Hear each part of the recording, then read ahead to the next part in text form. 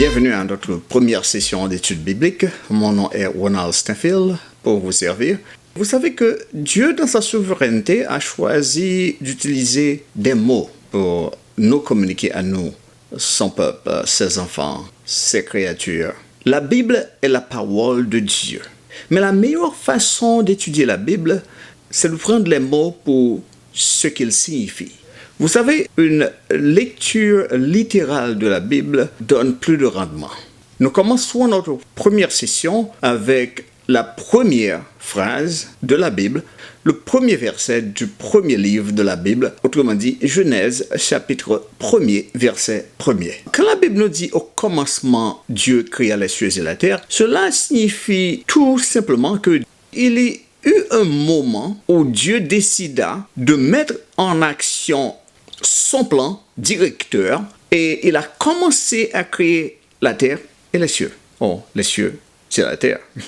Et même quand vous prenez les mots dans leur sens le plus simple, il y aura toujours des questions parce que on va se demander de quel commencement parle-t-on. Certains demanderont qui est Dieu, certains demanderont qu'est-ce que Dieu. Et troisièmement, quand on parle des cieux, qu'est-ce que ça veut dire? Est-ce que cela veut dire les cieux comme le ciel, l'atmosphère, ou bien l'espace comme le cosmos? Ou est-ce que cela veut dire la demeure même de Dieu qu'on appelle le ciel, là où Dieu et les anges vivent? Bon, commençons par la fin.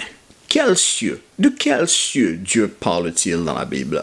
Bien entendu, personne ne demande de quelle terre Dieu parle-t-il, parce qu'on n'a qu'une seule terre et la majorité des gens, ou tout le monde, peut se dire ouais, on parle de la terre sur laquelle nous vivons. Mais quand on parle des cieux, ça prête à confusion. Est-ce que c'est le ciel qui est l'atmosphère, autrement dit l'atmosphère respirable? Est-ce que c'est le ciel qui a l'espace vide qui est au-delà de l'atmosphère? Ou bien est-ce que c'est le ciel où Dieu vit? Non, certaines personnes vont dire, quand Dieu dit les cieux, ça veut dire tous les toits. Mais le fait, c'est que personne n'en est jamais sûr. Et surtout, quand on va lire, dans la prochaine session, on va lire Genèse chapitre 1er, verset 2. Et si vous lisez Genèse chapitre 1er, verset 2, cela commence avec « et la terre ». Autrement dit, Dieu commence avec « il créa les cieux et la terre », mais il poursuit avec la description de la terre. Pourquoi il ne parle pas des cieux? Cela est évident. Il est évident que Dieu ne veut pas nous donner beaucoup d'informations à propos des cieux. Bien entendu, on va avoir des informations ça et là à travers la Bible, mais Dieu, apparemment, est intéressé à nous donner une description de la terre, parce que la terre, c'est ce qui nous concerne. Mettons ça de côté pour l'instant. Essayons de répondre à la deuxième question. Qu'est-ce que Dieu? Pourquoi on ne dit pas qui est Dieu? Bien entendu, beaucoup de personnes voient qui est Dieu. Si vous dites qui est Dieu, cela veut dire que vous avez une idée que Dieu est une personne. Mais la majorité de personnes qui posent la question, ils la posent comme suit. Qu'est-ce que Dieu? Parce que pour eux, Dieu est une chose, Dieu est une idée, Dieu est un concept. Pour ces gens-là qui posent la question comme ceci, ils ne pensent pas à l'existence d'un Dieu réel, d'un Dieu vivant. Et ils pensent que c'est une idée, peut-être un concept philosophique ou sociologique ou religieux que certains ont formé pour eux-mêmes. Essayons de répondre à cette question d'après Genèse chapitre 1er, verset 1er. Et ok, voici ce que je fais là. Je vous donne l'écriture, le passage, Genèse chapitre 1er, verset 1er. J'essaie d'expliquer ce passage, et puis on va voir comment appliquer ce passage, ou comment ce passage s'applique à notre vie. Quand on parle de Dieu, qui est Dieu? Qu'est-ce que Dieu? Dans Genèse chapitre 1er, verset 1er, le mot qui est traduit Dieu est Elohim. C'est le mot hébreu. Bien entendu, la Bible est écrite en hébreu. L'Ancien Testament est écrit en hébreu, le Nouveau Testament en grec. Mais puisqu'on est dans Genèse, c'est l'Ancien Testament, c'est écrit en hébreu. Dans la version hébraïque, le mot Dieu est Elohim. En hébreu, ce mot est au pluriel. En fait, quand un mot se termine par M, im, ou om, le plus souvent c'est pluriel. Elohim. Ce qui est intéressant avec ce mot, c'est que Ce mot est masculin pluriel. Et c'est le sujet. Le verbe est bara. Le verbe est troisième personne du singulier. Ou troisième personne masculin singulier. Imagine ceci. Un sujet au pluriel et le verbe qui l'accompagne au singulier. Il n'y a pas de faute là. Ce n'est pas une faute grammaticale. Dieu l'a voulu ainsi. Dieu essaie de nous passer un message là. Et ce message, c'est que le mot Elohim, qu'on a traduit Dieu, cela veut dire que il fait allusion à la nature de Dieu. Le mot Elohim présente une pluralité dans une unité. Quand Dieu fait l'action, il fait l'action comme un. Dieu créa. Elohim créa. Mais Dieu est multiple en représentation. C'est pourquoi le sujet lui-même est au pluriel, il est au masculin pluriel, et le verbe est troisième personne masculin singulier. Le mot Elohim, qu'on traduit Dieu, représente un en action, mais plusieurs en personnalité ou en personne. Cela, bien sûr, est de nous faire allusion à la nature de Dieu. Une nature où il y a une pluralité dans une unité. Après avoir fait l'explication du texte, ce n'est pas une explication complète, mais c'est une explication malgré tout. Passons maintenant à l'application du texte. Nous étudions Genèse chapitre 1er, verset 1er. Nous avons expliqué le passage. Maintenant, il est temps d'appliquer le passage.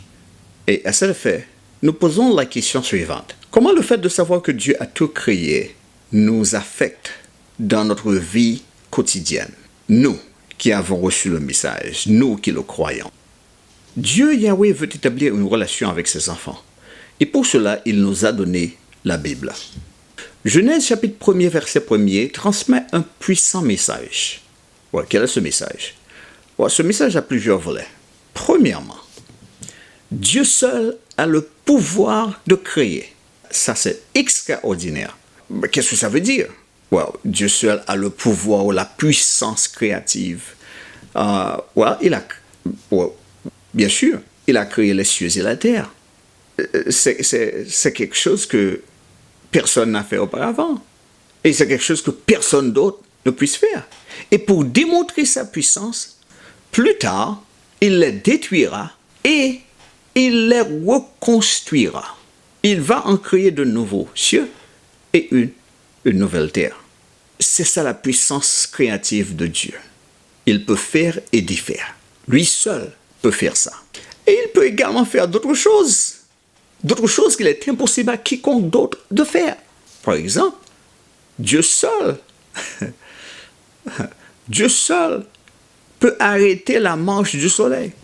Dieu seul peut changer l'eau en vin. Dieu seul peut ramener un mort à la vie. Et il peut ressusciter une personne dont la chair est déjà tombée en pourriture. Personne d'autre ne peut faire ça. On disait que cette application-là nous fait savoir que Dieu seul est créateur. Et c'est très important pour nous de connaître que Dieu seul est créateur. Non seulement que Dieu seul est créateur, deuxièmement, parce que Dieu seul est créateur, tout ce qui existe est sa création. Non, ça, c'est très important pour nous aussi. On va venir à l'application quotidienne. On va venir. Soyez patients. Si Dieu, lui seul, par lui-même, est créateur, et tout ce qui existe est sa création, par conséquent, moi qui suis fait à l'image de Dieu, j'ai rien à peur. Parce que si je me confie en Dieu, je me confie en le Créateur, celui qui a tout créé, celui qui peut tout créer, celui qui peut tout faire, celui qui a toute puissance. Mais ce n'est pas seulement cela. Si Dieu seul est créateur et tout ce qui existe est sa création, cela fait allusion à l'existence de deux domaines ou deux royaumes. Et ces deux royaumes sont exclusifs, bien entendu, et l'existence de ces deux royaumes est vraiment unique. Et il n'y a pas d'autre. Il n'y a pas d'autre au milieu, il n'y a pas d'autre à côté. Ces deux royaumes sont divisés en le royaume. D'un côté, il y a le royaume ou le domaine du Créateur, et de l'autre côté, il y a le royaume ou le domaine de la création. Ça, c'est très important. Et c'est une bonne nouvelle pour nous qui sommes une création spéciale de Dieu. Et pourquoi? Parce que comme seule créature faite à l'image de Dieu, vous verrez plus tard dans nos études prochaines que nous avons reçu un mandat. Et le mandat que nous avons reçu, c'est de dominer la terre et de dominer toutes les créatures inférieures terrestres. Par conséquent, c'est une bonne nouvelle pour nous que Dieu est le créateur et que toute chose qui existe est création. Peu importe à quoi nous sommes confrontés sur cette terre, nous pourrons faire appel à Dieu, Dieu nous entendra et Dieu y pourvoira. Puisque Dieu seul a la capacité et la puissance de créer, lui seul est créateur, quand nous sommes confrontés à une situation, cette situation elle-même est une création et cette création n'est pas au-dessus du créateur. Autrement dit, le créateur peut nous aider avec toutes sortes de situations que nous aurons à confronter sur cette terre. Par exemple, si je perds mon travail, ça c'est une création. Si je recherche un emploi, ça c'est une création. Si je ne peux pas payer mon hypothèque ou mon loyer, ça c'est une création. Et aucune création est au-dessus du Créateur. Le Créateur est au-dessus de toute création. Si mon mariage s'effondre, ça c'est une création. Si mes enfants me sont un problème, la situation peut paraître désespérée, mais c'est une création. Et vous, enfants, si vos parents vous sont un problème, c'est une création. Et toutes ces créations ne sont pas au-dessus du Créateur. Le Créateur est au-dessus de toutes ces créations. Le Créateur est plus puissant que ces créations. Si je suis confronté à une maladie, même en phase terminale, ça c'est une création. Dieu est plus fort que ça.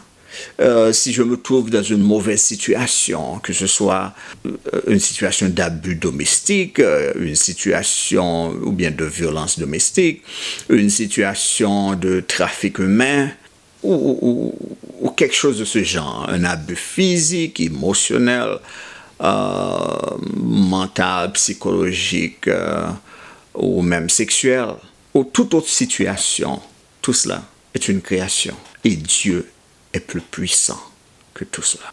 Si je suis confronté à un danger ou même à la mort, Dieu est plus puissant que ça.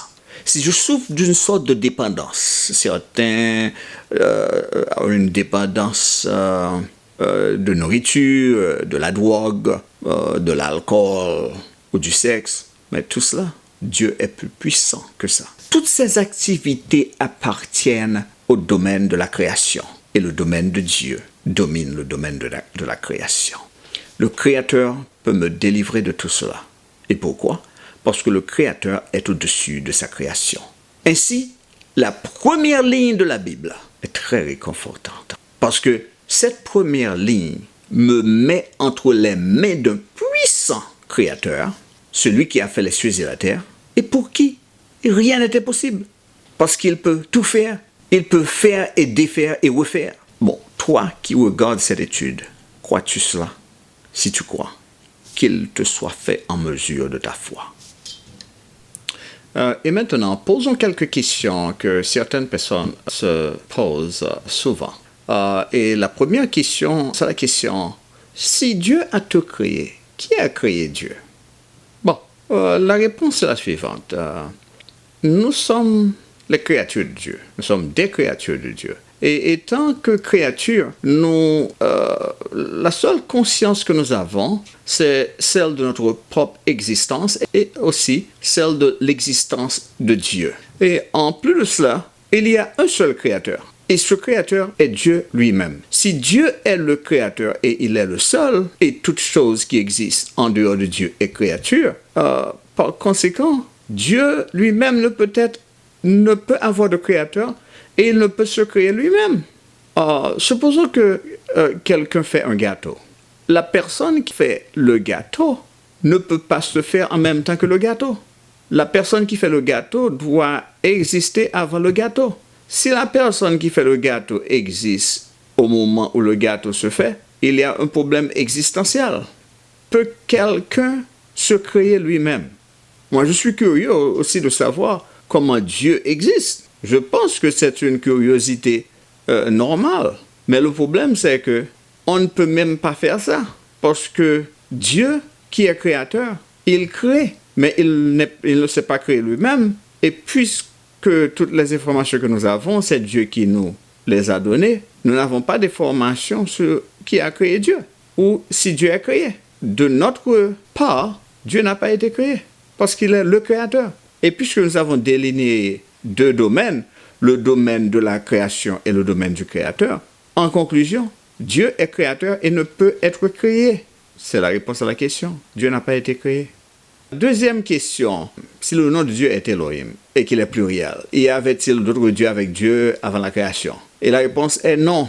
Il n'y avait pas d'autre Dieu. Parce que Dieu lui-même nous dit, parce que c'est Dieu qui nous donne toutes les informations que nous avons. Dieu lui-même nous dit dans plusieurs parties de la Bible, je vais citer un seul passage, une citation. Et dans Ésaïe, chapitre 46, « Je suis Dieu et il n'y a point d'autre ». Bien entendu, si Dieu nous dit quelque chose, nous devons le croire parce que Dieu ne ment jamais. Et Dieu ne peut pas mentir. Il est Dieu et il n'y a point d'autre. Troisième question. Plus tard, dans Genèse chapitre 1er, verset 3, on verra que Dieu a créé la lumière. Et avec la lumière, c'est le commencement du temps qu'on peut compter. Et si c'est ainsi, quand la Bible nous dit qu'au commencement, Dieu créa les cieux et la terre, quand était le vrai commencement? Bon, réponse. Laisse-moi vous dire. On va explorer cela un peu plus dans notre seconde leçon, parce que c'est une question très importante. Mais d'ores et déjà, je peux vous dire que à cause de la façon dont la Bible est écrite, il semble qu'il y ait plusieurs commencements. On va explorer ça dans notre prochaine session. C'est tout pour l'instant. J'espère que cette leçon vous a préparé pour le royaume de Dieu. À la prochaine et que Dieu vous bénisse abondamment. Rappelez-vous, cherchez d'abord le royaume de Dieu. Et si vous ne pouvez pas trouver le royaume, trouvez le roi Jésus. Il vous montrera le chemin du royaume.